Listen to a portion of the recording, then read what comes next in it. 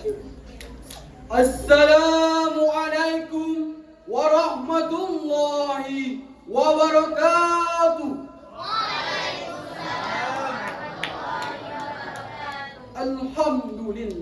Alhamdulillahi rabbil alamin. Wassalatu wassalamu ala ashrafil anbiya'i mursalin wa ala alihi wa sahbihi ajma'in.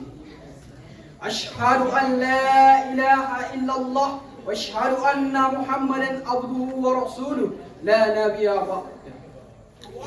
Pertama-tama dan yang paling utama, mari sama-sama kita memuji kehadirat Allah Subhanahu wa taala. Yang mana oleh Allah yang telah memberikan kita beribu-ribu nikmat, berjuta-juta nikmat, yaitu nikmat iman, nikmat Islam, dan yang paling kecil adalah nikmat kesehatan. Dan Allah juga telah menciptakan dunia ini dan menghiasi dunia ini dengan tumbuh-tumbuhan, hewan-hewanan, manusia-manusia yang berbuat amal soleh-solehah. Allah juga telah menghiasi langit dengan bintang yang bersinar, bulan yang bercahaya, bagaikan ibuku mencahayahi hidupku. Salawat bertangkaikan salam kepada seorang pemimpin di atas pemimpin, raja di atas raja, anak daripada Abdullah, buah hati daripada Siti Aminah, kekasih daripada Siti Khadijah. Siapakah beliau? Beliau adalah Nabi Muhammad sallallahu alaihi wasallam.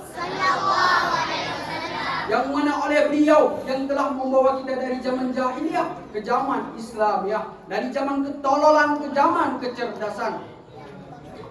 Rela istrinya menjadi janda, anaknya menjadi yatim demi menegakkan kalimatul haq, la ilaha illallah. Penghormatan saya kepada Walid selaku ayah rohani kita beserta keluarga, semoga disehatkan selalu, dimurahkan rezekinya. Jangan pernah lupakan perjuangan Walid. Walid berjuang demi anak bangsa untuk memajukan generasi itu, untuk menyiarkan agama Allah Subhanahu wa taala. Penghormatan saya kepada Abi selaku pimpinan Dayah Kemaral Al-Aziziyah beserta keluarga, dan penghormatan saya kepada Dewan Guru ganti ataupun Dewan Guru tetap, yang mana Dewan Guru di pagi hari rela tidak minum kopi, di siang hari tidak memakan nasi, di malam hari tidak tertidur. Demi apa? Demi muridnya, agar muridnya suatu hari nanti berhasil, sukses, mencapai cita-cita. Dan terutama penghormatan saya, tidur dalam satu kasur dan satu bantal, makan dalam satu piring, bermain dalam satu lingkungan, dan mempunyai ayah dan ibu rohani bersama, yaitu santri-santri Dayah Kemaral Al-Aziziyah. Adapun tujuan saya di sini bukan untuk berkomedi, bukan untuk berKDI, bukan untuk menyampaikan berita terkini, melainkan untuk menyampaikan sebuah pidato yang berjudul keberagaman perspektif Al-Quran dalam mewujudkan toleransi. Indonesia merupakan negara kesatuan yang penuh dengan keberagaman, terdiri dari atas keberagaman budaya, suku ataupun agama. Di sisi lain, keberagaman ini menjadikan Indonesia menjadi negara yang unik dan menarik. Sementara di sisi lain, keberagaman ini jikalau tidak dikelola dan dijaga dengan baik, bisa menjadi sumber potensi konflik, yaitu potensi konflik antar etnis ataupun agama, yaitu dapat meruntuhkan falsafah negara, yaitu Bhinneka Tunggal Ika, berbeda-beda tapi tetap satu. Betul tidak hadirin?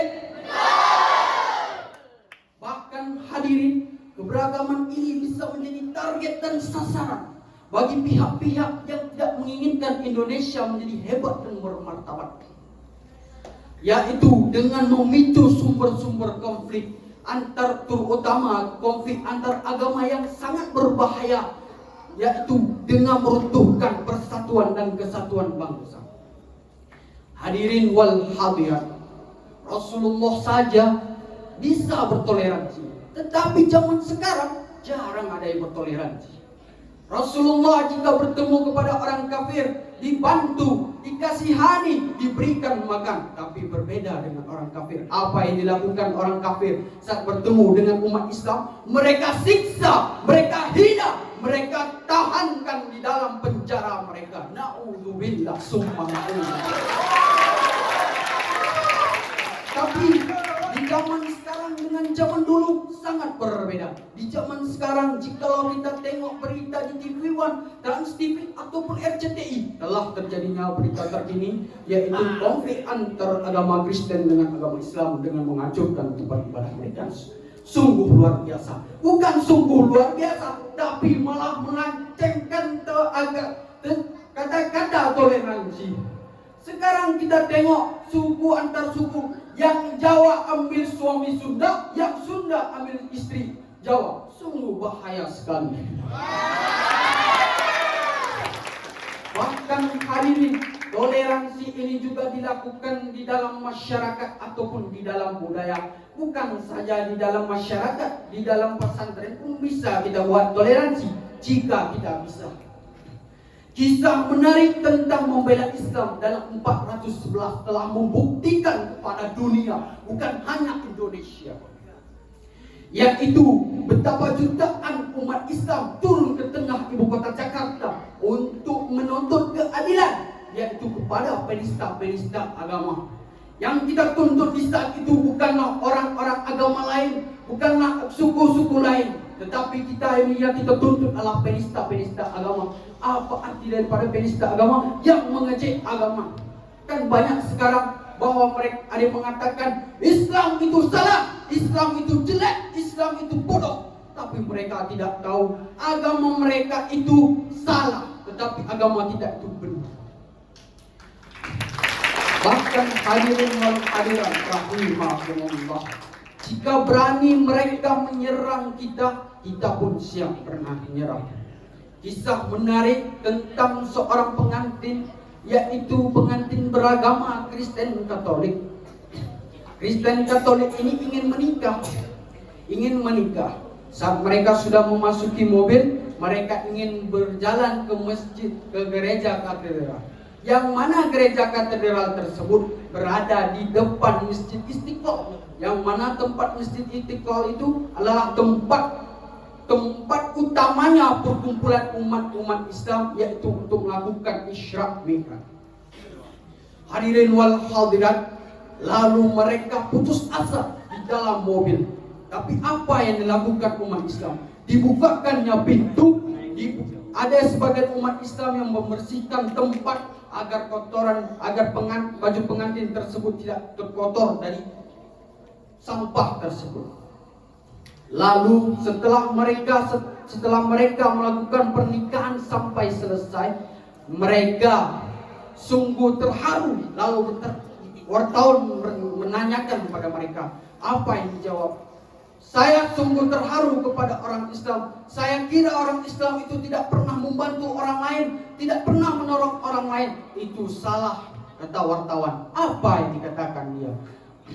Dia datang kepada orang Islam tersebut. Wahai kaum muslimin, apa syarat-syarat masuk Islam? Orang muslimin lalu menjawab, ucaplah dua kalimat syahadat. Asyhadu an la ilaha illallah wa asyhadu anna Muhammadar Rasulullah. Lalu pengantin tersebut masuk Islam dan hidup mereka bahagia dan romantis. Maka kesimpulan yang bisa saya ambil dari sini ada 3 macam kesimpulan. Yang pertama, bangsa ini, kesatuan ini, toleransi menjadi pijakan utama untuk merajuk persatuan dan kesatuan bangsa. Yang kedua, keberagaman agama mari sama-sama kita saling menghormati dan saling berharmonisasi. Dan yang ketiga, mari kita menjunjung tinggi bangsa ini dengan toleransi, dengan kata-kata yang indah, yaitu mari sama-sama kita bekerja sama. Maka ini saya sampaikan, buat rumah karena sendiri. Rusak rumah, rusak sendi, rumah binasa. Buat bangsa karena budi, rusak budi bangsa binasa. Wabillahi taufiq wal hidayah. Wassalamualaikum warahmatullahi wabarakatuh. Waalaikumsalam warahmatullahi wabarakatuh. Peserta yang barusan tampil dengan nomor undian 004 atas nama Abdul Syafiq Alhad